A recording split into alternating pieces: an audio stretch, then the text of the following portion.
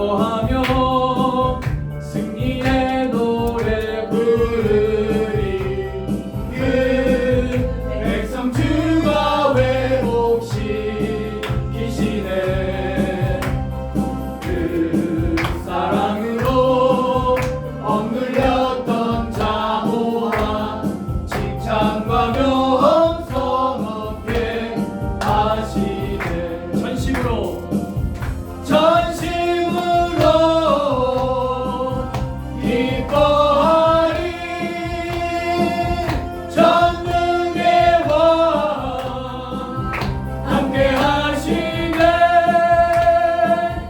기뻐 외치며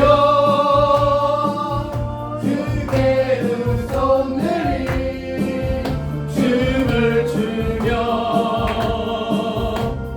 함께 찬양해. 모든 수를 멸하신 주님 전능의 왕 함께 하시네.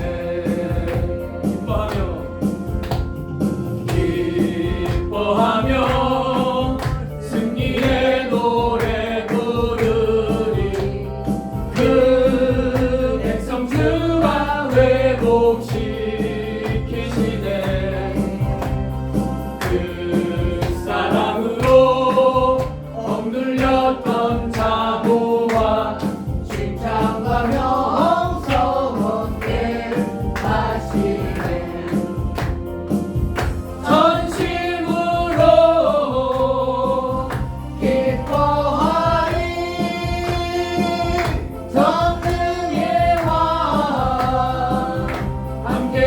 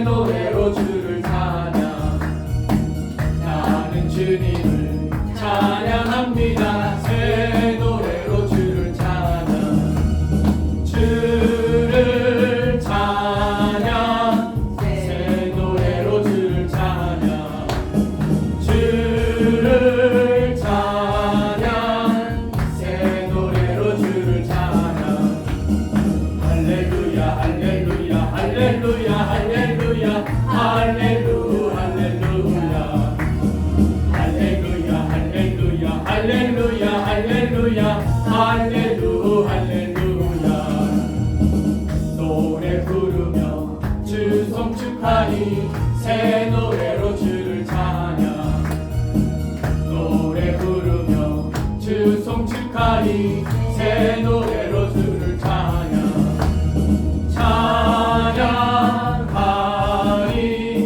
새 노래로 주를 찬양 찬양하니 새 노래로 주를 찬양 할렐루야 할렐루야 할렐루야 할렐루야 새 노래로 주를 찬양 할렐루야 할렐루야 할렐루야 할렐루야 새 노래로 주께 드리리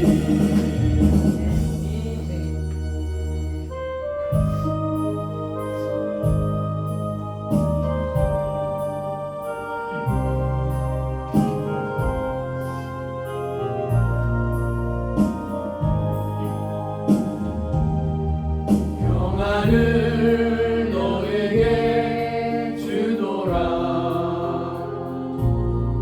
세상이 줄 수 없는 세상이 알 수도 없는 평안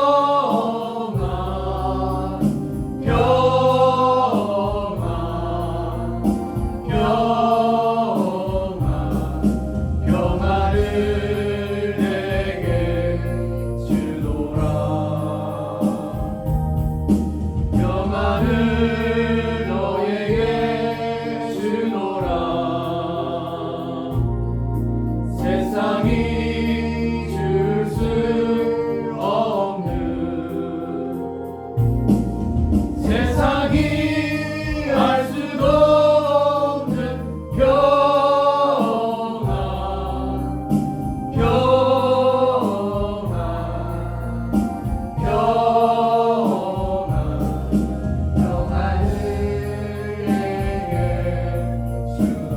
평안을 내게 주노라 사랑을 너에게 주노라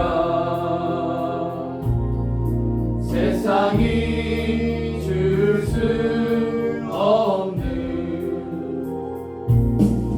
세상이 알 수도 없는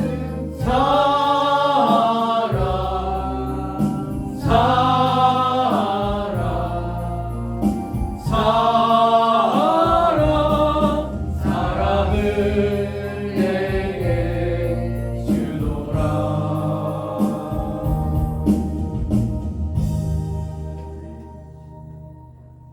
전능하사 천지를 만드신 하나님 아버지를 내가 믿사오며 그 외아들 우리 주 예수 그리스도를 믿사오니 이는 성령으로 인자하사 풍성녀 마리아에게 나시고 곧이어 은자에게 고난을 받으사 십자가를 박혀 죽으시고 장사한 지 사흘 만에 죽은 자 가운데서 다시 살아나시며 하늘로 오르사 전능하신 하나님 우편에 앉아 계시다가 저리로서 산자와 죽은 자를 심판하러 오시리라 성령을 믿사오며 거룩한 공예와 성도가 서로 교통하는 것과 죄를 사하여 주시는 것과 몸이 다시 사는 것과 영원히 사는 것을 믿사옵나이다. 아멘. 지난주에 이어서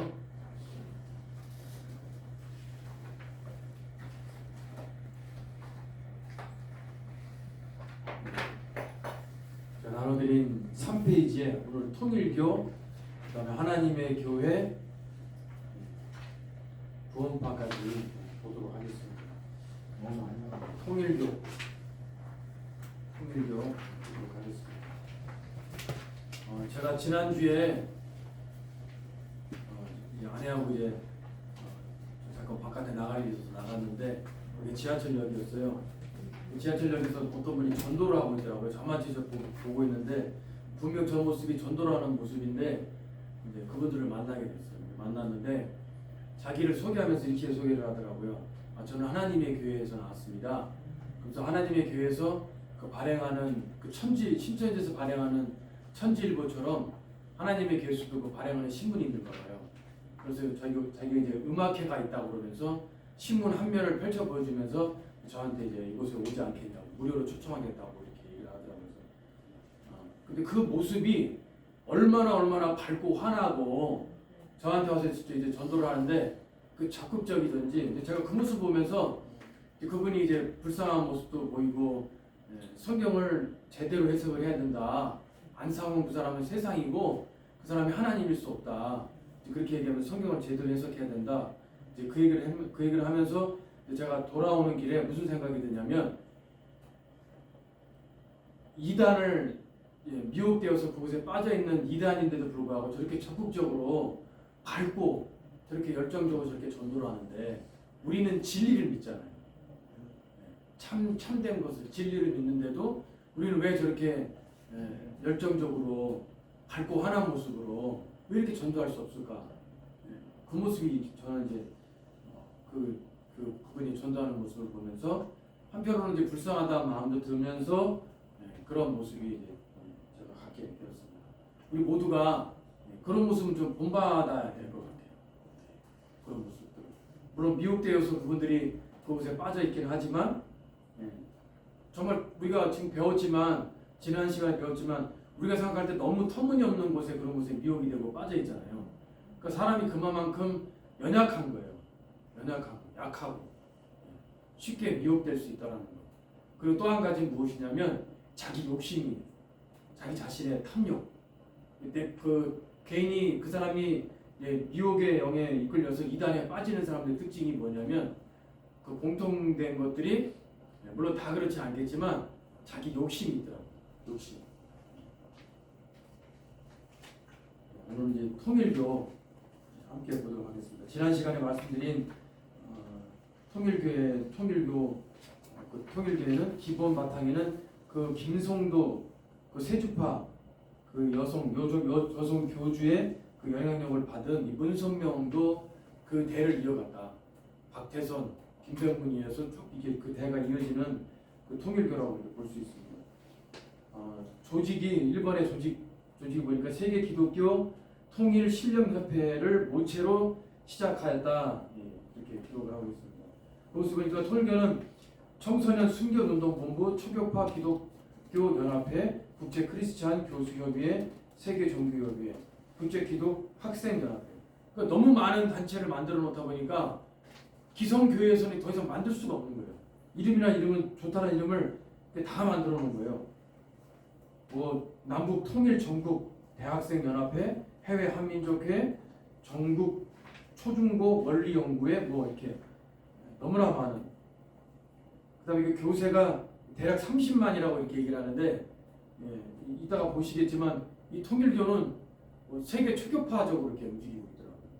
특히 이제 일본에도 이제 많은 영향을 미치고 있는데 창교자와 창교 과정을 보면 통일교회 창설자 문선명, 본명이 문영명이라고 합니다. 1920년 1월 6일에 평북 정주군에서 이렇게 태어났다고 하는데 그는 이제 차남으로 태어났고 문선명은 15세 때 형과 둘째 누이의 정신 이상으로 온 가족이 기독교를 믿게 되었다. 해방 직전 1943년 말 귀국하였고 흑석동에 거주하면서 토목회사의 기사 생활을 하였고 상도동에 새로운 집을 마련하였다. 그리고 1945년 경기도 파주군 임진면 섭절리에 자리 잡고 있는 김백문의 이스라엘 수도원에 6개월간 몸을 담았다.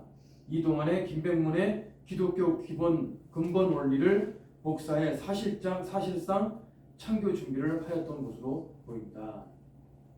김백문의 것을 결국은 이것을 이어서 이것을 모체로 삼아서 그렇게 갔다.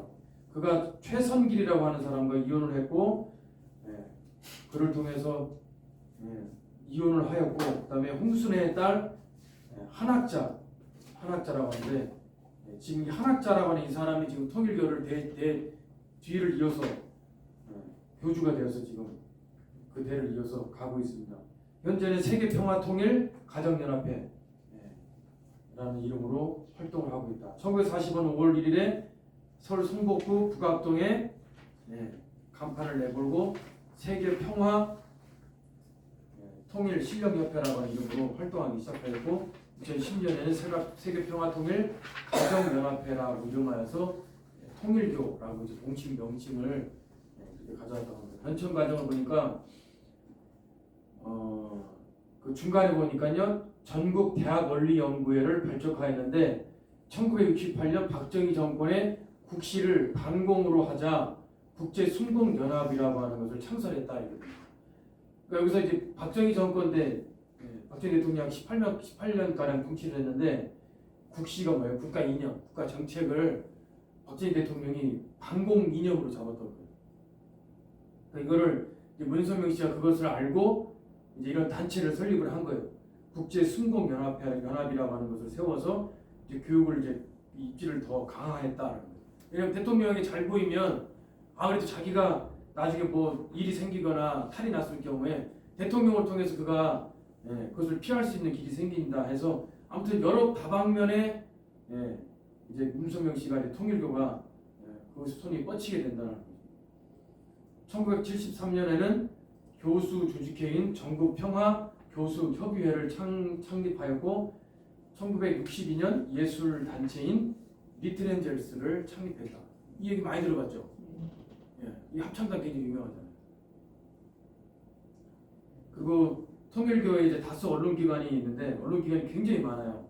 주간종교, 광장주류, 그리고 외국에는 워싱턴 타임즈, 뉴욕 타임즈 많이 들었는데 워싱턴 타임즈도 이 세계 통일교고, 그다음에 일간지가 그 밑에 세계일보라는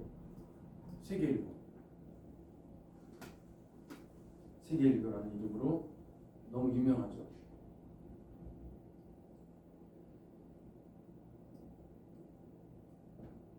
이제 문선명이가 이제 죽고 나자 그 이후에 이제 아까 한학자 이제 그가 이제 대를 이어서 이제 그가 이제 교주가 되었는데 문선명이 이제 2012년 9월에 이제 사망을 했다라고 합니다.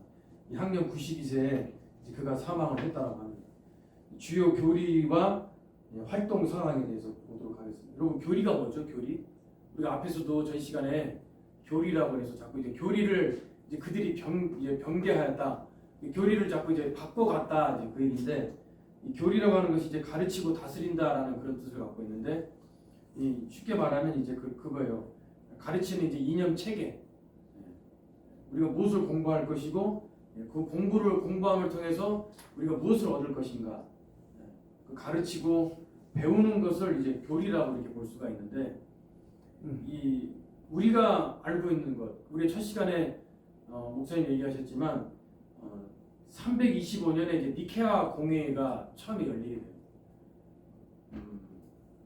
우리가 이제 신학을 이제 크게 성서신학이라고, 성서신학, 그다음에 조직신학, 그다음에 실천신학, 크게 이제 그렇게 한 세네 가지를 이제 분류를 하는데 이제 가장 우선은 이제 성서신학이에요. 성경신학이다라고도 하는데 그것을 바탕으로 조직신학이라고 하는 것이 생겼어요. 근데 그 조직신학이라고 하는 것이 생긴 이유가 뭐냐? 생긴 이유가 우리가 처음에도 배웠지만 처음부터 기독교가 생기고 나서 처음부터 이단이 생기기 시작을 했어요.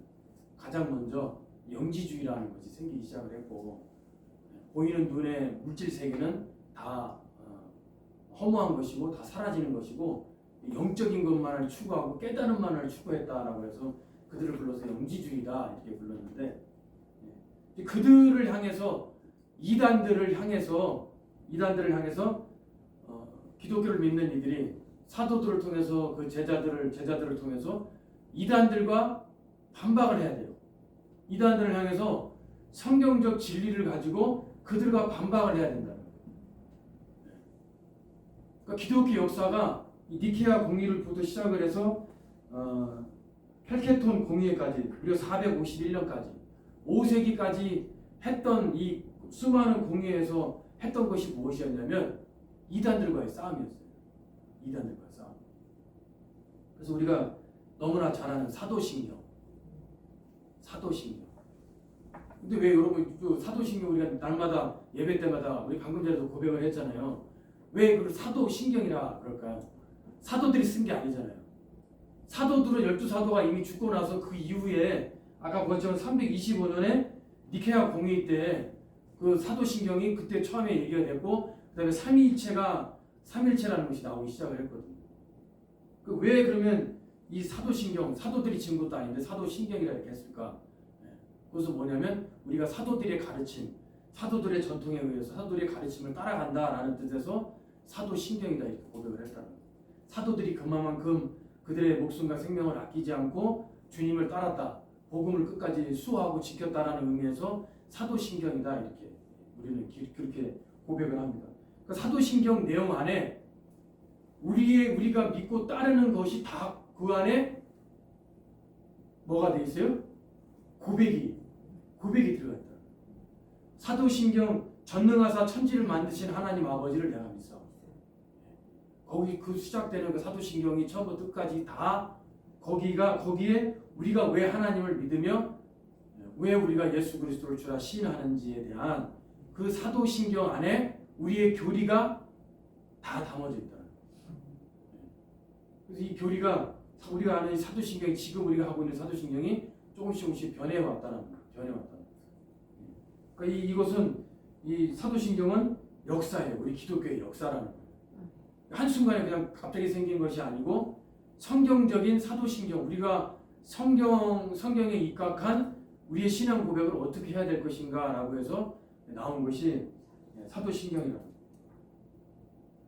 그 안에는 하나님은 어떤 분이며 예수 그리스도는 왜 이 땅에 오셨는가, 죄란 무엇인가 라고 하는 여러 가지 것들이 우리가 사도신경에 담겨져 있다는 거예요. 그리고 또 한 가지가 삼위일체. 여러분 삼위일체 아세요? 제가 이거는 꼭 말씀을 드리고 넘어가야 될 것 같아서 여러분께서 일단 이해를 하시든 안 하시든 삼위일체를 일단 말씀을 드릴게요.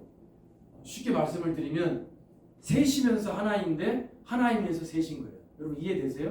네, 쉽습니다. 우리는 하나님을 아버지라고 고백하죠. 예수 그리스도를 뭐라고 고백하죠? 나의 주님이다라고 고백을 하고, 또한 성령님을 나의 성령 하나님이라고도 고백을 하고, 예수 그리스도 나의 주라고도 고백하고.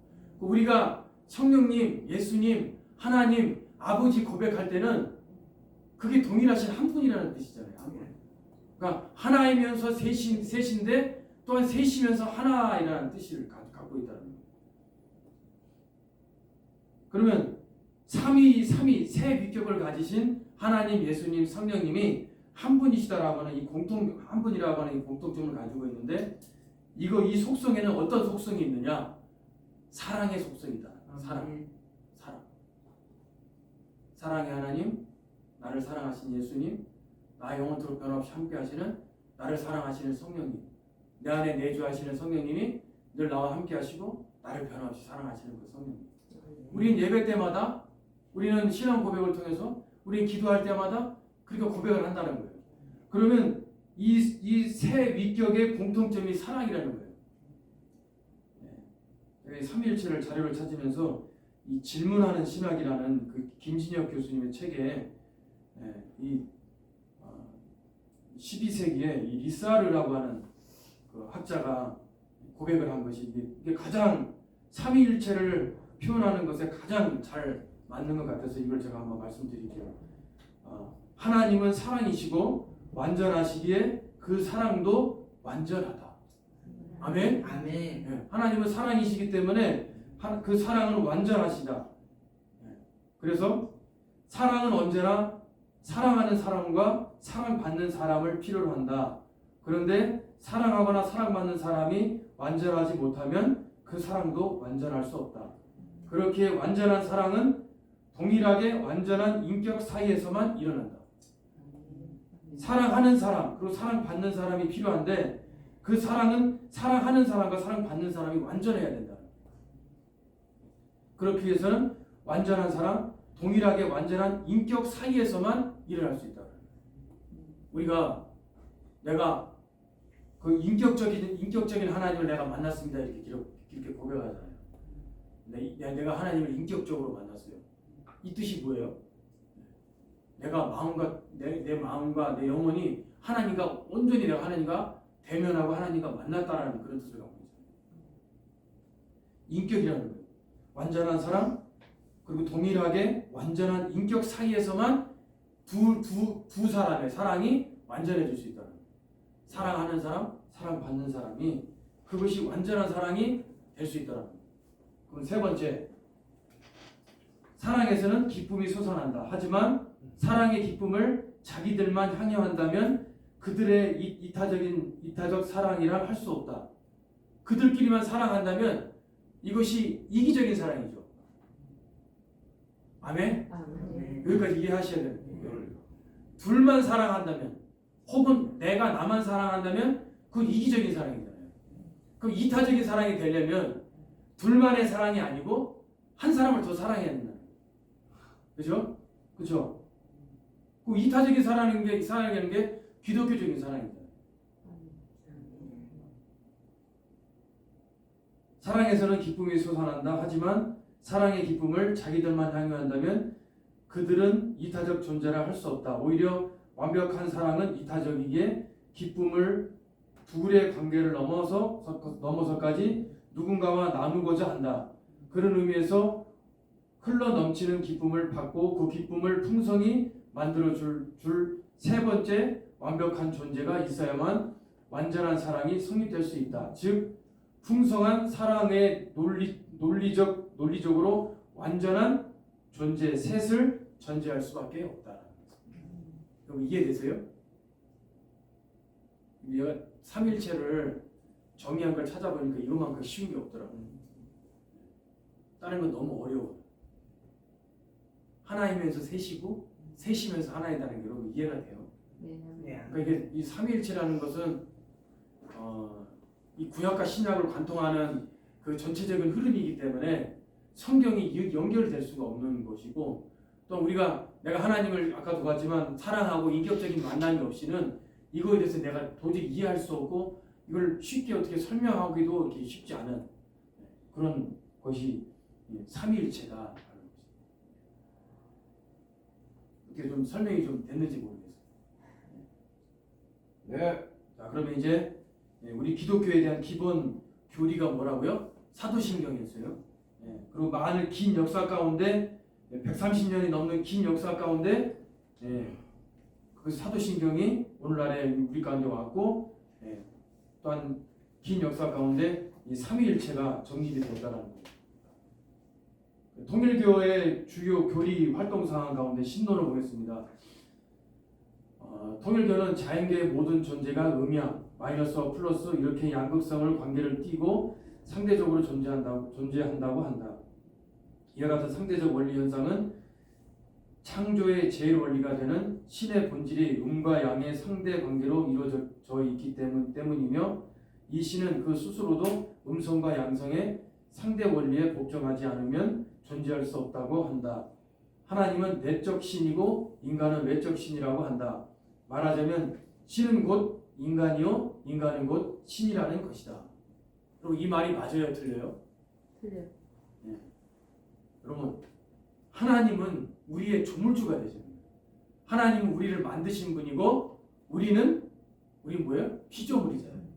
하나님은 우리를 만드신 분이고 세상 모든 만물과 우리는 하나님이 창조한 피조물이라는 거예요. 그렇다라고 한다고 하면 하나님은 내적인 신이고 인간은 외적인 신이다라고 하는 표현 자체는 이것이 잘못된 거예요. 오직 우리가 믿는 그 신은 오직 살아계신 하나님 한 분이라는 거예요.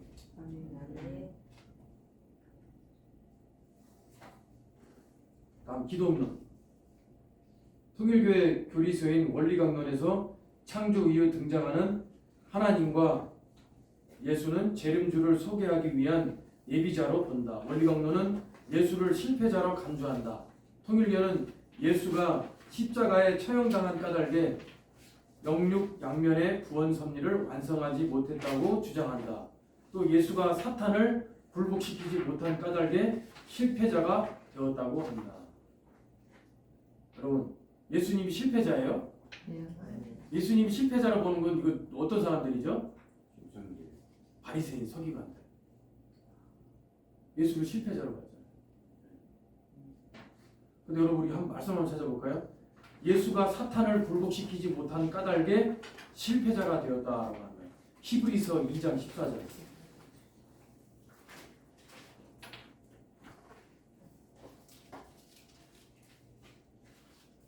히브리서 2장 14절.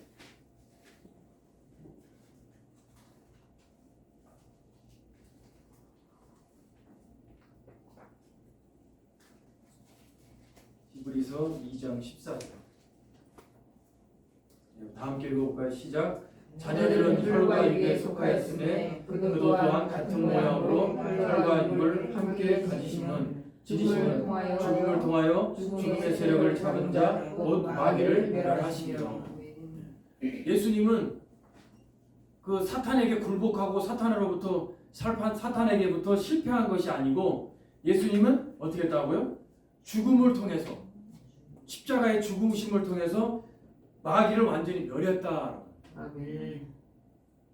예수님이 십자가에서 처형당하시고 죽음을 통해서 마귀는 내가 예수가 이제 드디어 죽었다라고 그것이 끝이다라고 생각을 했지만 그것이 끝이 아니고 또 다른 시작이었다는 거예요.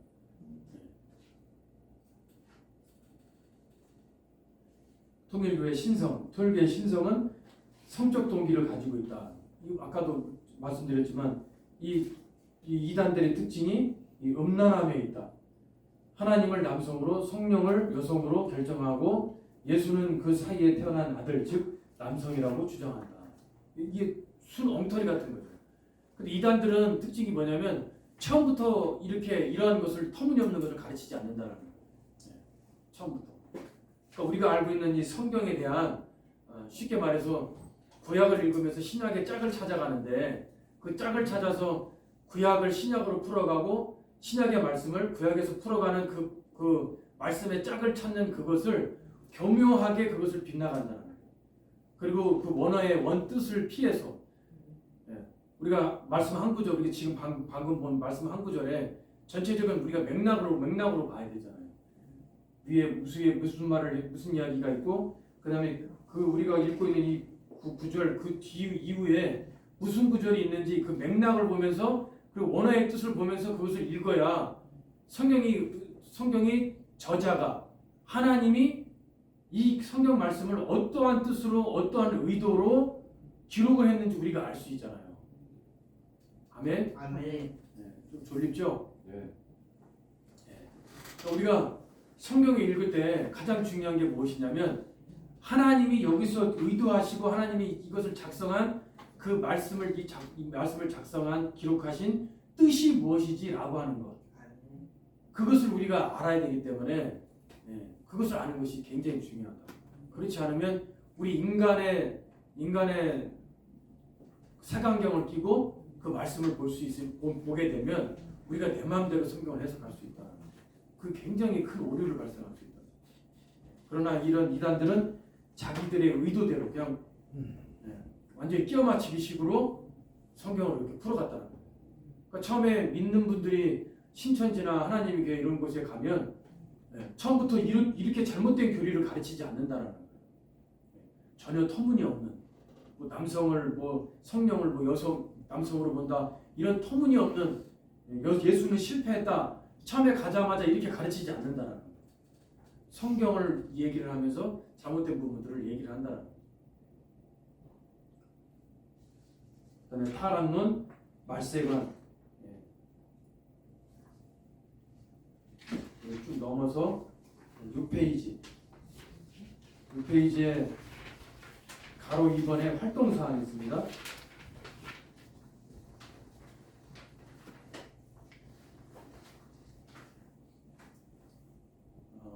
통일교에서는 전 세계적으로 축복식이라 불리는 합동 결혼식을 거행하는데 이는 문선명과 그의 부인 한학자를 참 부모로 전 인류가 한 형제가 되어 하나의 혈통 세계를 이루는 것이 축복의 의미이며 목적이다라는 거예요. 이들이 대단위로 몇백 상 이렇게 해가지고 합동 결혼식을 치르는 거예요. 이것이 또한 피가름의 의식이라는 거예요. 피가름.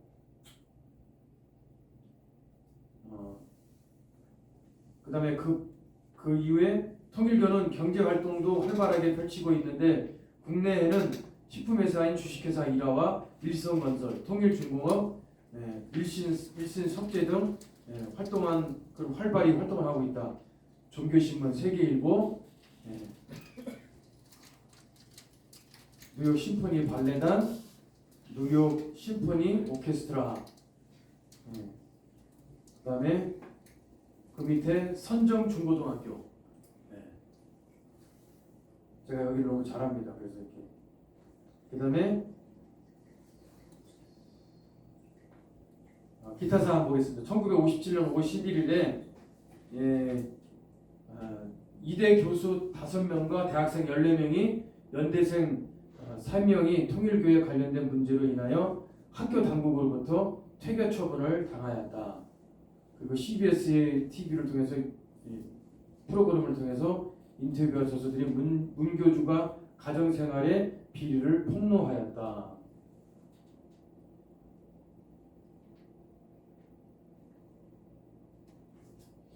얼마 전에 재작년이었네 벌써. 재작년에 7월에 이제 일본의 아베 신조라고 하는 전 총리가 사제총에 맞아서 그 일본인한테 이제 아베 신조가 갑작스럽게 이제 사망을 하게 됐는데 그 총을 쏜 그 살해한 일본 사람이 야마가미 타치야라고 하는 일본 사람인데 이 남성이 다들 아실 거예요. 뉴스에 이제 크게 나왔는데 그의 이제 어머니가 이 통일교에 빠진 거예요. 그 어머니가 통일교에 빠져서 전 재산 그리고 가정을 완전히 방치한 상태에서 가정을 돌보질 않았다는 거예요. 여러분, 우리가 교회 신앙생활을 하는 것은 교회에 내 신앙, 내 시간을 모두 다 올인하는 것이 그것이 하나님이 결코 기뻐하는 것이 아니라는 사실. 우리 광현 집사님 올인합니다. 내가 정말 정상적인 생활을 하잖아요. 내가 정말 잠을 쪼개서라도 가정과 아이와 배우자를 돌보고 가정의 일도 열심히 한다는 거예요. 근데 물론 처음에 하나님 만나고 처음에 너무 열정이 너무 앞선 나머지 처음엔 그럴 수 있어요. 처음에 내가 교회에 기쁨이 있고 하나님 말씀 듣는 거 기도하는 것이 막 기쁠 때 그때는 조금 이해를 해줘야 돼. 왜냐하면 그때 처음에는 초기에는 그 기쁨이 너무너무 넘쳐서 아무것도 안 보이거든요. 가정이고 막 남편이고 아무것도 안 보일 때가 있어요. 왜? 내가 너무 기쁘기 때문에. 그때는 잠시 좀 보이지만 잠시 좀 이제 봐줄 필요는 있다. 근데 이 텐치야라고 하는 이 부모가 모친이 너무 이제 통일교에 빠져 있다 보니까 통일교에 관계된 사람을 죽이려고 했는데 이 아베 이 총리도 이 통일교에 연루가 돼 있었나 봐요. 그래서 아베 총리를 그만 살해를 했다는 거죠. 통일교는 그간 일본에서 영감상법이라고 하는 것을 만들었대요. 영감상법이 뭐냐면 악령을 제거할 수 있는 방법 가운데 하나가 뭐냐면 통일교에서 만들어준 도자기나 어떤 기념품 이런 것도 있나 봐요. 근데 그것을 헐값에 그것을 내놓는다는 거예요. 그럼 그것을 자기가 헐값에 그것을 만들어서 그걸 내놓는단 말이에요. 그 문성민이가 그걸 내놓으면 그것을 아주 비싼 값에 판매를 한다는 거예요. 이 통일교가 이제 전형적으로 쓰는 이제 방법인데 영감상법이라고 해서 이것은 뭐예요? 그 통일교를 따르고 믿고 있는 그 사람들 종교적으로 이제 믿음을 이용한 상술이죠. 그죠? 상술. 일본에서는 왜 그게 통했느냐? 일본에서는 너무나 많은 수만 가지 잡신들이 그렇게 있다고 그래요. 집 안에도 모시고 집 밖을 나와도 마을에도 우리 성경에서 봤지만 성경에서는 보셨어요? 집 앞에 회당이라고 해서 작은 예배 초소가 있었잖아요. 구약에서부터 이미 예루살렘 성전에 거기서 너무 멀고 가까이 갈 수 없기 때문에 회당이라는 것을 이스라엘 땅에 곳곳에 만들어서 그것을 예배하게 했는데 일본에서는 이 곳곳에 막 다 신이 있다는 거예요. 세워서 막 여기저기 막 이름도 알아볼 수 없는 수많은 신을 이렇게 세워놨는데 그 종교심을 이용했다는 거예요. 통일교에서. 그래서 이것을 이용해서 많은 돈을 이렇게 끌어들일 수 있었다. 그러니까 오늘날 통일교에서 그만큼 재력적으로 영향력을 미칠 수 있고 이런 여러 가지 뭐 국가적인 것들을 통해서 또 뭐 선한 사업도 하고 예술, 뭐 문학 이런 쪽으로 폭넓게 이들이 포기할 수 있었던 것은 뭐냐면 이 재정을 받칠 수 있는 것이 이것이었다는 거예요.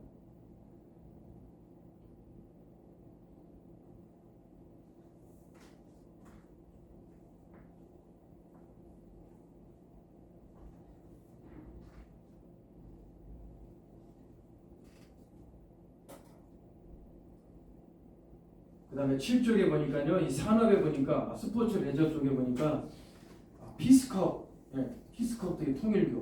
그 다음에 그 밑에 용평 리조트, 용평 호스텔, 타워 콘도, 용평 콘도. 우리가 지금 흔히 알고 있던 것들이 다 통일교에 소속되어 있다. 그 밑에를 쭉 한번 읽어보시면 될 것 같습니다.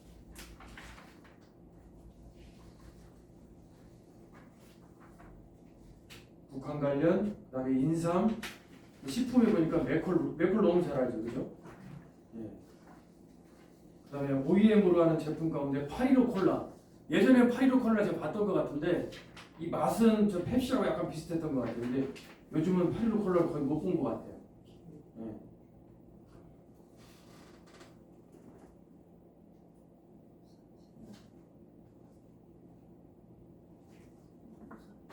통일교가 그만큼 이제 문선명이가 죽고 난 이후에 한학자를 통해서 더 많은 사람들을 포교하기 위해서 포교 활동을 하고 있다라는 것입니다. 우리 그러면 이제 11쪽입니다. 11쪽에 하나님의 교회 보도록 하겠습니다. 총회 조직에 3개의 위원회가 있으며 실형위회 산하의 전국 전도부를 비롯한 10개의 활동국으로 나눠져 있다. 그다음에 교육자와 교인 수가 약 300만이라고 합니다. 근데 이 300만이라고 하는 것은 이제 그들이 내세운 거, 그들이 이제 알리기 위해서 얘기한 건데 실질적으로 300만이 되지 않겠죠. 그러나 그들이 이제 그만큼 교세를 확장하고 알리기 위해서 이제 그렇게 얘기를 한 것 같아요. 창교자와 창교 과정, 창설자 이제 안상홍입니다. 안상홍. 하나님의 교회에서 이 안상홍은 거의 하나님이에요. 하나님. 이 하나님의 교회가 그들이 갖고 있는 주 교리가 뭐냐면 시한부 종말론입니다. 시한부 종말. 제7일 안식교회에 입교하였다. 문선명이가 처음 안상홍이가 처음에 제7일 안식교로부터 거기에 영향력을 받았다는 겁니다. 1962년 3월 17일 교단으로부터 출교되어 1962년 3월 24일 안상홍회 23인이 안식교회를 탈퇴하여 2년 후인 1964년 4월 28일 부산 해운대에 하나님의 교회 예수 증인회를 창립하면서 시작이 되었다.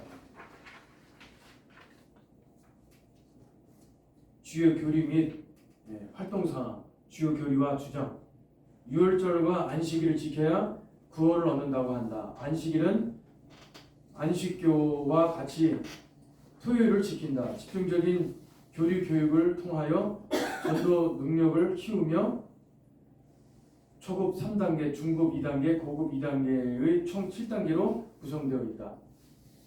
예배 시 신을 신고 들어갈 수 없으며 기도 시 예수 대신 안상홍님으로 바꾸어 부른다. 이들의 신앙 실천의 7가지 특징은 다음과 같다. 그러니까 안상홍의 이름으로 기도합니다. 이렇게 한다는 거예요. 기도함에 기도 끝에 우리는 예수님의 이름으로 기도합니다. 아멘 이렇게 하는데 안상홍님의 이름으로 기도합니다. 이렇게. 그 찬송가 401장을 이들은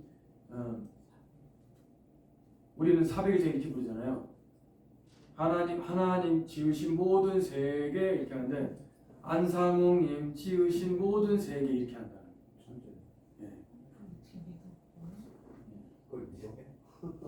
신앙 실천 7가지 특징. 1번에 보니까 여자들은 로마 카톨릭과 같이 머리에 수건을 쓸 것, 세례를 받지 않고 침례를 받을 것. 지금 김미원 집사님이 안 계신데 영상으로 보시는지 모르겠는데 그 김미원 집사님이 얼마 전에 얘기를 하시더라고요. 자기 아는 동생인데 하나님의 교회에 빠진 성도라는 거예요. 신도인데 자기한테 그렇게 얘기를 하더라는 거예요. 그분이 김미원 집사님한테 거기를 가게 되면 가자마자 다른 교육 안 하고 보통 기성교회에서는 6주나 뭐 2달, 3개월 이렇게 기본 교육을 한 이후에 교회를 이제 출석을 하고 이제 교회를 이제 다니게 되는 정식으로 다니게 되는데 하나님의 교회는 가자마자 세례를 베푸는 게 아니고 침례를 베푼다는 거예요. 온몸에 물에 잠기는 침례를 한다. 그렇게 얘기를 한다고 이제 김미원 집사님이 얘기를 하는 거 제가 들었거든요. 물에 완전히 그냥 잠기는 거예요. 그리고 이제 처음 온 성도들을 이제 바쁘게 해서 딴 생각 못하게 해서 바쁘게 해서 그 하나님의 교회에 들어와서 이제 같이 성경 공부하게끔 그렇게 한다고 합니다. 토요일을 안식일로 지킬 것. 성탄절은 태양신 기념일음으로 지키지 말 것. 유월절을 지킬 것. 십자가는 우상이다. 유월절, 무교절, 초실절, 나팔절, 대속죄일을 초막절 등 3차 절기를 철저하게 지킬 것이다. 이상의 7가지를 지키며 중세 외국 등 교리를 바로잡아 하나님의 바른 진리로 돌아가야 한다고 이들은 주장하고 있다. 그러니까 하나님의 교회는 이 구약과 신약 완전히 자기들 믿고 싶은 대로 믿는 거예요. 그러니까 완전한 구약도 아니면서 또 완전한 또 신약도 아닌 그들이 마음대로 성경의 부분 내가 믿고 싶은 거, 내가 그것을 교리로 정하고 싶은 것만을 그들이 뽑아서 그것을 교리로 삼았다는 거예요.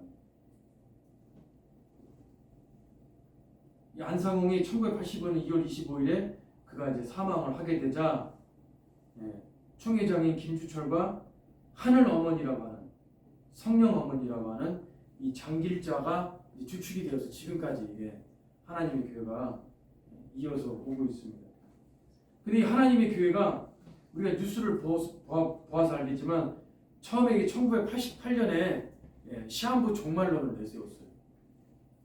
근데 그들이 그 이후에도 끊임없이 계속 종말론을 얘기를 하고 있거든요. TV에 신문지상에 하나님의 예수님이 안상홍님이 재림할 것이다 이렇게 그들은 믿고 있거든요. 안상홍이 재림할 것이다 그를 믿고 있다. 그러니까 그날이 이 땅의 종말이다 그렇게 믿고 있는데 이들은 끊임없이 그 시한부 종말론을 이야기를 한다는 거예요. 잊을만 하면 또 하고 또 하고. 그런데도 사람들이 그렇게 많이 하나님의 교회에 들어온다는 거예요. 그럼 만약에 종말이 이 땅에 안 오잖아요. 그러면 한 3만 명, 4만 명이 나간대요. 그래도 그들한테는 이익이라는 거예요. 그래도 그들한테 6만 명, 7만 명이 하나님의 교회에 들어올 수 있다는 거예요. 그들은 그것을 생각하기 때문에 시한부 종말론의 날짜를 정하고 시간까지 정해서 끊임없이 그것을 주장한다는 거예요.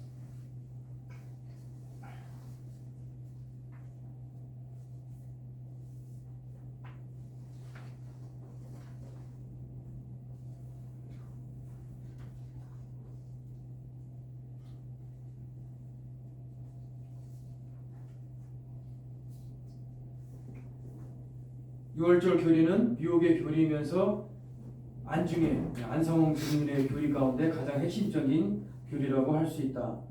안상홍을 하나님으로 인정하는 이유 중 하나가 안상홍이 와서 잃어버린 유월절을 다시금 회복시킴으로 유월절을 지켜줌을 통해서 죄사함을 받고 영생을 얻는 길이 열렸다라고 그들은 믿고 있다는 거예요. 안상홍을 통해서 내가 구원을 받을 수 있다라고 그들은 믿고 있다는 거예요. 그리스도의 보혈과 십자가의 구원의 은혜를 설명해 줘요. 이것은 무엇이냐면요. 우리가 만약에 하나님의 교회 요즘은 이단들이 나는 신천지입니다. 나는 하나님의 교회입니다라고 이렇게 대놓고 얘기를 한대요. 자신 있게 얘기를 한대요. 그러면 그들에게 우리가 해줄 수 있는 것은 무엇이냐면 그리스도의 보혈과 십자가의 구원의 은혜를 설명해 주는 것이 좋습니다.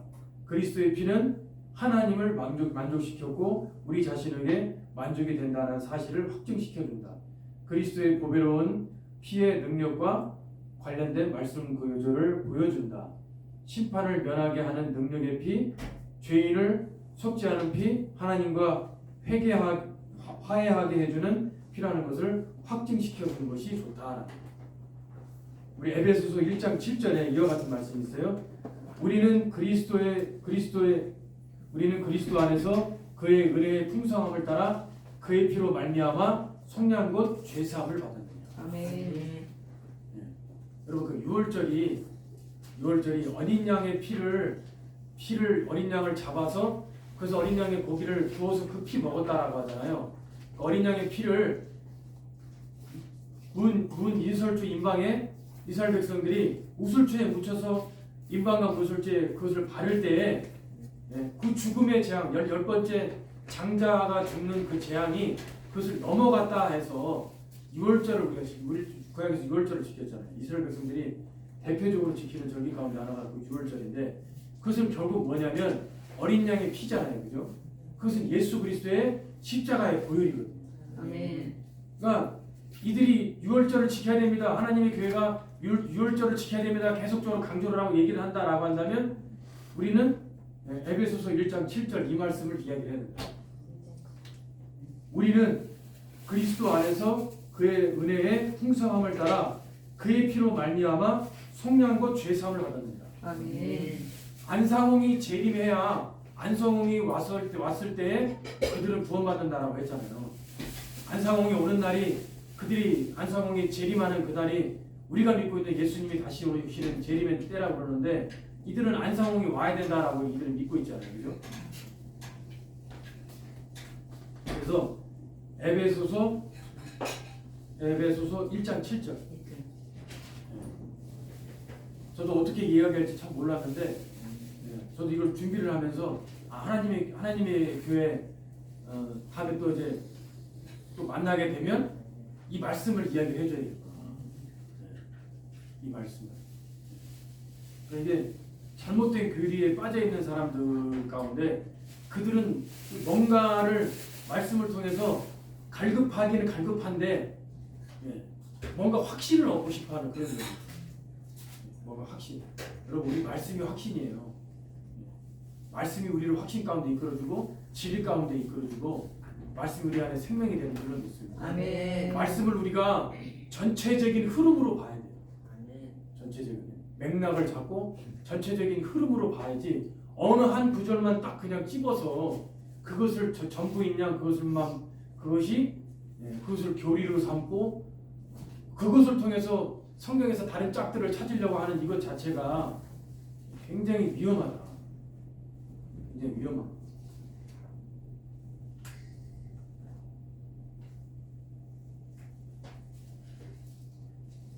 자, 다음은 구원파입니다.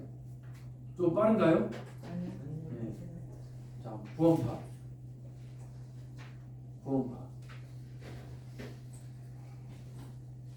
여러분 17쪽에 보면요. 제일 뒤에 17쪽 보면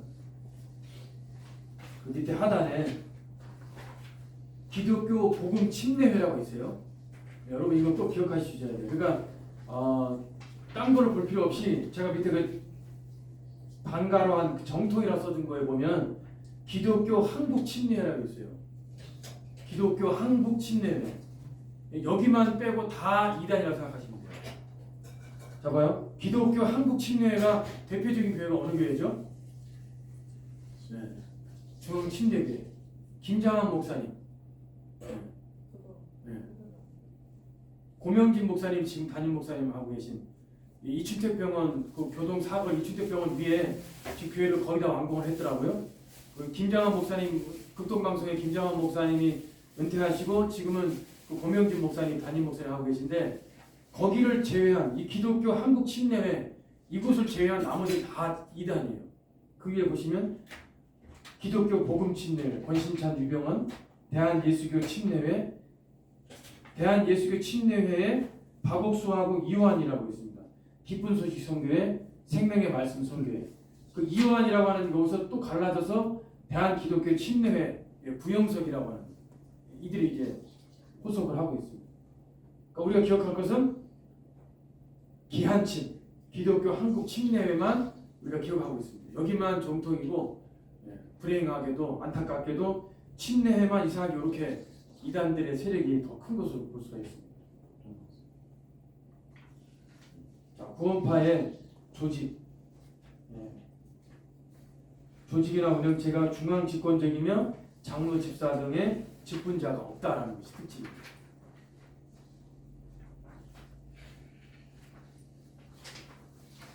구원파를 만났을 때 정상적인 구원파다라고 하면 내가 장로입니다, 집사입니다 이렇게 얘기하면 안 되겠죠. 왜요? 구원파에서는 집사, 장로 직함이 없다고 하니까. 창교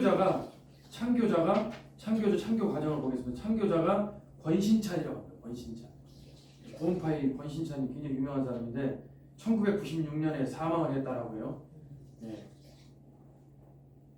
1923년 그가 출생을 했고 해방 후 남산 청해신학교를 졸업하였고 1951년 11월 30일 목사 안수를 받았으나 1962년 12월 21일 경북노예로부터 장로교 목사로 침례를 받고 또 교인들에게 재침례를 허용한다는 이유로 이단으로 정죄되어 목사 면직을 받았다.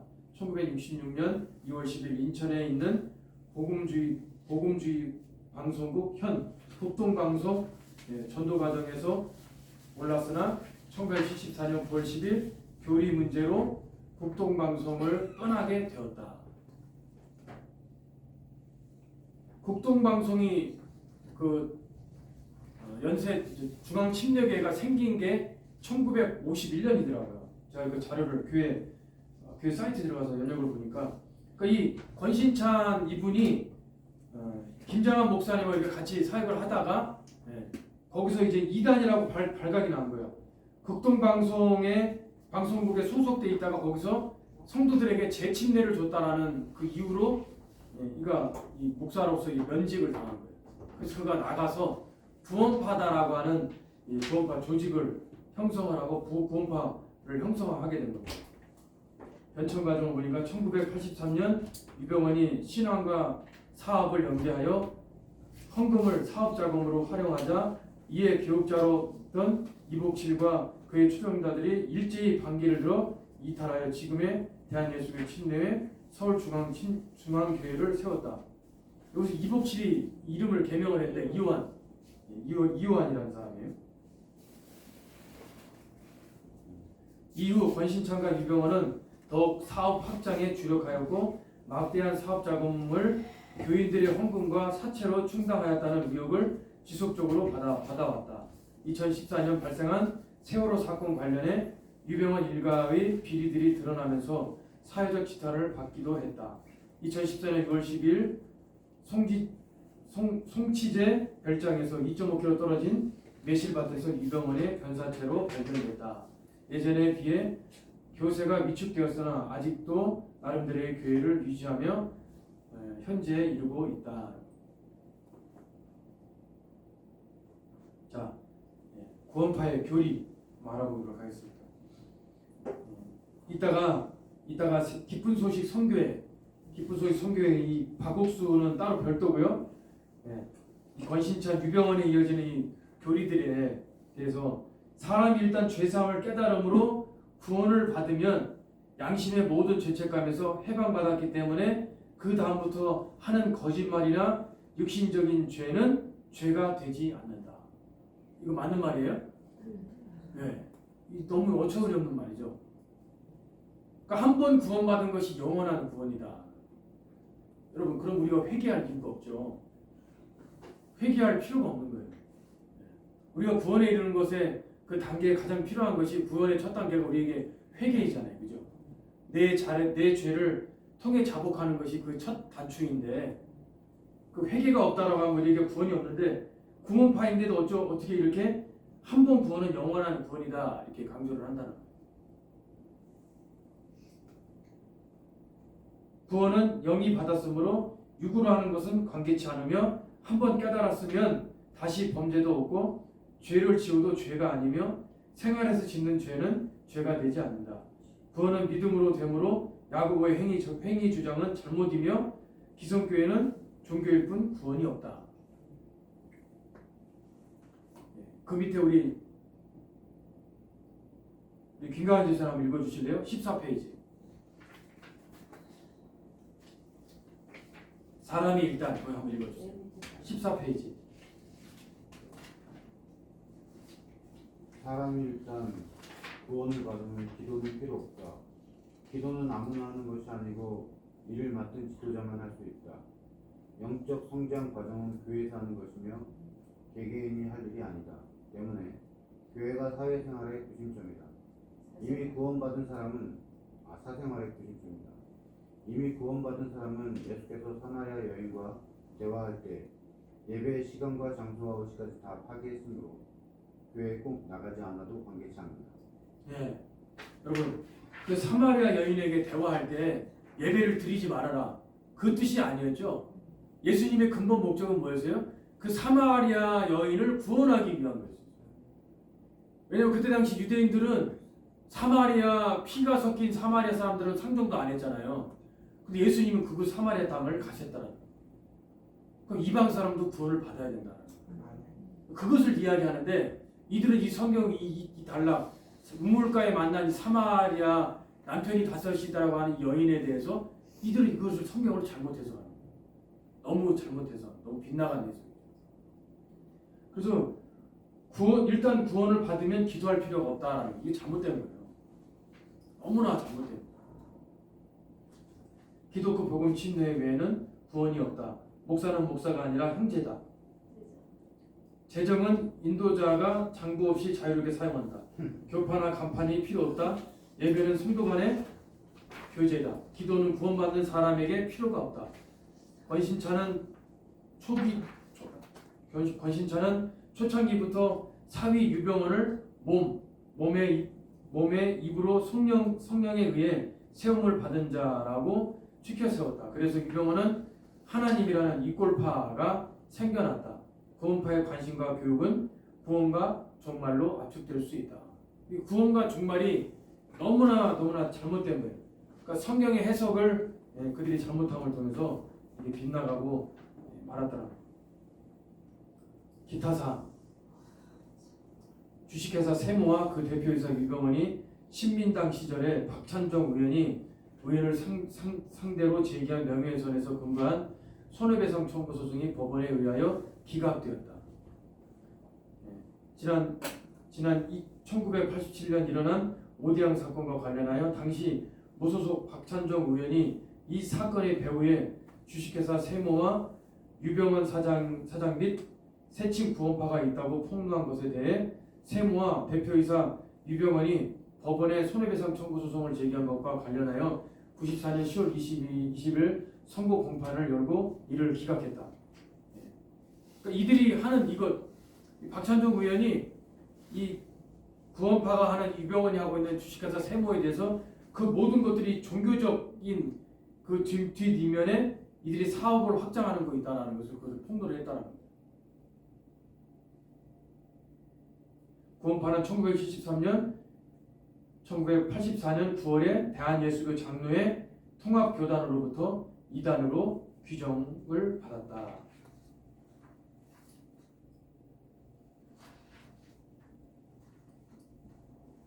다른 집단은 그럼 구원파를 이단이라고 말하죠. 그 이후에 다. 그 이후에도 구원이 이단이라 많이 전제가 됐는데 그 다음에 우리 16페이지 보도록 하겠습니다. 16페이지.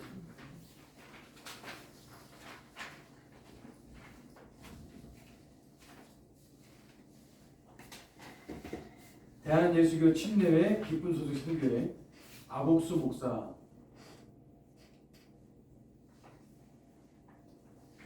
그 밑에 대한예수교 침례회 기쁜소식 선교회 박옥수 목사는 기독교 복음 침례회의 구원파 교주 권신찬의 아류로 알려져 있다.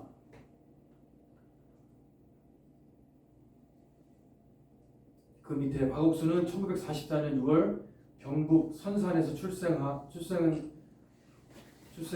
자로 어린 시절에는 선산 장로교회를 출석했던 사람이다. 경북 선산에서 중학교를 마치고 외지로 나와 화란인 선교사 림료교에 주관하는 금오산 집회에서 크게 감화를 받은 후 구원파의 집회에 참석해 큰 영향력을 받았다.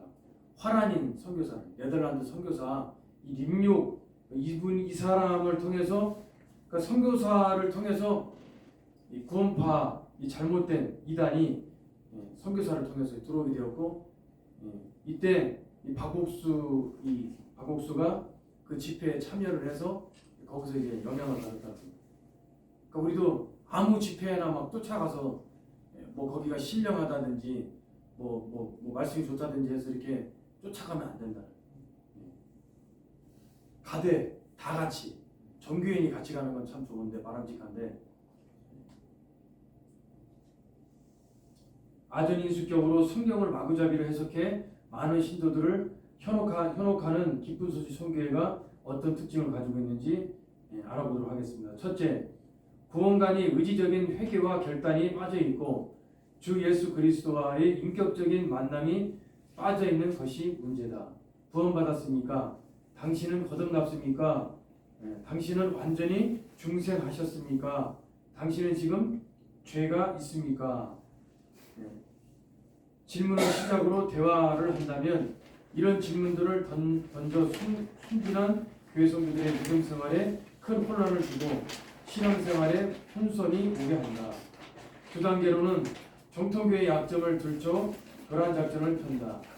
예를 들어 교회 성도들이 육체적으로 힘들어하는 새벽기도, 마음의 부담을 느끼는 11조, 성전 건축, 목회자 우대 등의 부당성을 주장하며 이로 인해 교회에 불만을 갖게 한다. 3단계로는 예수 그리스도 재림의 임박성을 강조하여 공포심과 성도 자신의 죄의식을 불러일으켜 자신들의 구원 방식에 따라 안도감을 갖게 하며 해방감을 안겨주기도 한다. 당신은 구원받았습니까? 거듭났습니까? 라고 하는 것을 이렇게 물어본다면 여러분 이런 사람들과는 아예 상대를 하지 말고 그냥 무시하고 돌이켜야 된다. 괜히 그 얘기에 대해서 내가 자신이 없는데 계속 반박하겠다고 얘기를 들어주거나 했을 때 오히려 내가 그 사람한테 현혹돼서 내가 넘어갈 수가 있다.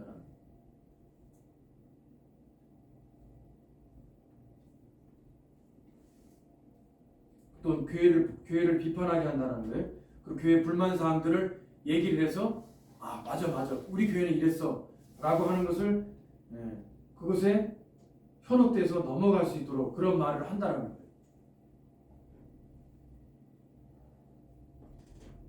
우리는 이런 거에 안 넘어갈 줄 믿습니다. 아멘. 우리는 무장되어 있죠. 아멘. 아멘. 둘째, 어느 누구든지 신자는 구원의 확신이 있어야 한다. 거듭난 날짜, 시간과 장소 등을 꼭 알아야 한다고 가르친다. 아주 그럴듯한 주장이지만 하나님의 역사를 크게 제한하는 편협된 망상에서 오는 착각일 뿐이다. 더 큰 문제는 기성교회 성도들이 이들의 소리를 듣고 자신이 진짜 구원을 받았는지 의심하게 된다는 것이다. 지금까지 교회 생활을 하면서 모든 것이 무모하고 헛된 것처럼 괜히 지금까지의 신앙을 후회하며 강한 죄의식에 빠지게 한다는 것이다. 영원한 속죄, 죄사함에 관계되는 성경 구절을 읽어야만 죄사함을 깨닫는다고 주장한다. 이미 교회 생활을 잘하고 있는 성도들에게 그리고 이미 구원받아 하나님의 자녀가 된 성도들에게 자신들의 이상한 성경 해석 합리를 내세워 구원받은 날짜와 시간, 장소, 구원의 확인 등 이들의 정체를 의심하지 않을 수 없다. 기쁨소식 선교회의 교주 박옥수는 정통교회를 무참히 경고하는데 구원받지 못한 사람들이 불신자보다 한국교회 신자들을 더욱더 많아지게 한다는 사실. 여러분 구원파들이 만약에 와서 여러분들을 향해서 이렇게 질문한다면 여러분 어떻게 해야 될까요? 네? 여러분 그 말씀을 가져야 됩니다. 요즘은 이단들이 너무 많아가지고요. 요즘 아까도 말씀드렸지만 이단들이 대놓고 그들이 포교 활동을 하기 때문에 어디에서 이단들이 나타나서 당신 구원받았습니까? 어머니 하나님 있습니다. 어머니 성령님 있습니다. 이렇게 얘기를 할 때 우리가 그것에 대해서 자신이 없다면 그냥 무시하고 그냥 내 길 가야 된다. 자신이 없다.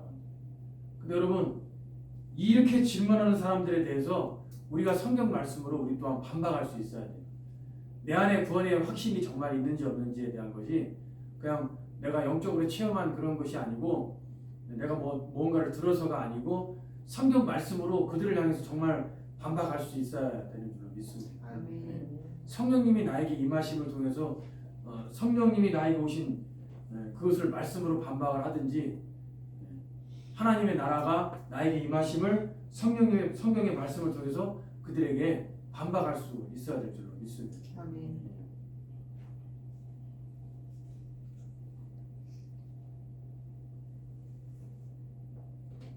자, 오늘 구원파까지 했는데 여러분 혹시 질문 있으세요? 질문.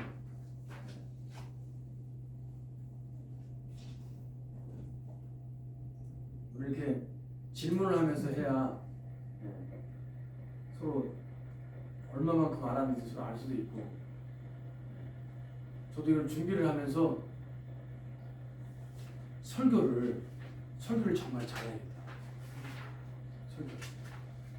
우리가 임박한 종말의 때를 이야기할 때 성도들을 향해서 그들을 억압하고 겁주기 위한 것이 아니잖아요. 우리가 기존 교회를 다니고 건강한 교회 목사님들 설교 말씀을 들으면 그들을 겁줘서 억압줘서 종말의 때가 얼마 남지 않았어. 그렇게 이야기하는 것 자체가 저는 그렇게 나쁘게 생각하지 않았거든요. 그러니까 센 설교를 저는 주로 이렇게 들었던 것 같아요. 제가 하나님 만나고 설교를 듣고 할 때도 내 안에 어떤 그런 하나님을 향한 어떤 열심이 있었는지도 모르겠지만 제가 이단 자료를 보면서 제가 느낀 건 뭐냐면 너무 세게 하면 안 되겠다. 왜냐면 그래서 말씀을 듣는 성도들은 그것을 들으면서 겁을 먹을 수도 있겠다. 마지막 때가 가까웠다. 종말 때가 가까웠다. 물론 종말 때가 가까워요. 그건 맞아요.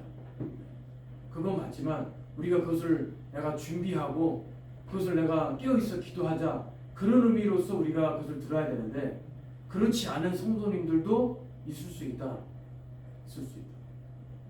그래서 말씀을 준비하고 말씀을 전하는 이것이 굉장히 중요하고, 왜냐하면 말씀의 꼴을 먹고 그것을 먹음을 통해서 영의 양식을 먹음을 통해서 우리 영이 성장을 하거든요. 우리가 지금 매일 예배를 드림을 통해서 내 자신 스스로가 그걸 알거든요. 내 영적 성장이, 내 영적인 이 믿음이 내가 지금 얼마만큼 성장을 해오고 있는지 본인 스스로 그걸 너무나 잘 알기 때문에. 그 가장 큰 변화는 뭐예요? 내가 내 삶을 통해서 내 생각이 변화된 걸 내가 알아요. 그것이 열매거든요.